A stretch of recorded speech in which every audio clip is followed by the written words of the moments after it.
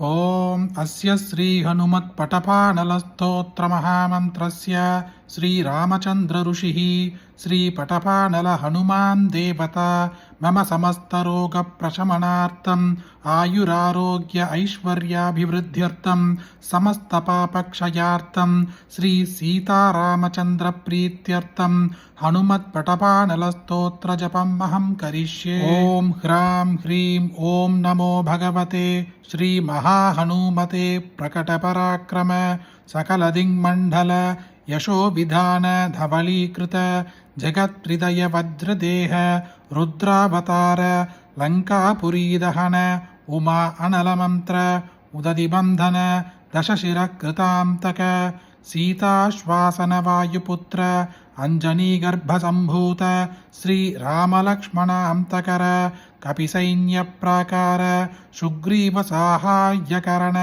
पर्वतोत्पाटन कुमार ब्रह्मचारिन् गंभीरनाथ सर्वपापग्रहवारण सर्वज्वरोच्चाटन ढाकिनी विध्वंसन।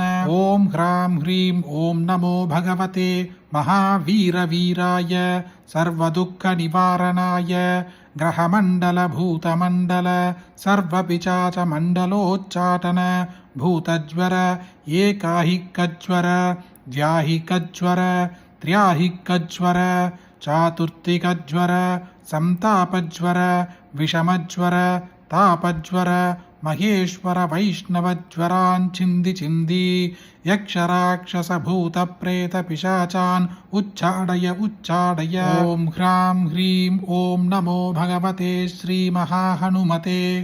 ओम ह्रां ह्रीं ह्रूं ह्रैं ह्रौं ह्रः आं हां हां हां हां औं सौं येहि ओम हम ओम हम ओम हम ओम नमो भगवते श्री महाहनुमते श्रवणचक्षुर्भूतानां शाकिनी ढाकिनी विषमदुष्टानां सर्वविषं हर हर आकाशभुवनं भेदय भेदय छेदय छेदय मारय मारय चोषय चोषय मोहय मोहय ज्वालय ज्वालय प्रहारय प्रहारय सकलमायां भेदय भेदय।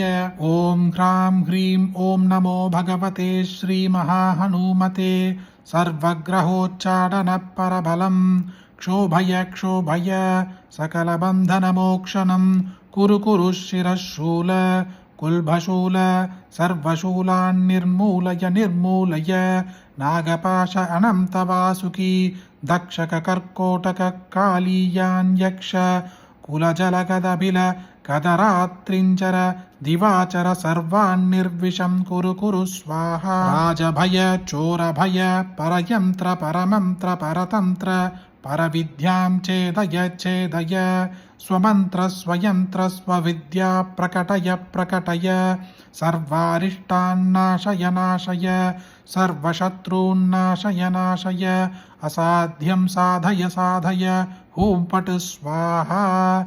इति श्री विभीषण कृतं हनुमत् पटपालन स्तोत्रम संपूर्णम। जानकर या अनजान में भी एक बार इस हनुमान स्तोत्र को सुनते ही मनचाही नौकरी मिलेगी। इस अद्भुत स्तोत्र को सिर्फ आप ही सुने क्या इतना काफी है? आपको जो भी लोग जानते हैं सबके साथ इसे शेयर करें, इस वीडियो को लाइक करें। फिर एक वीडियो में मिलते हैं।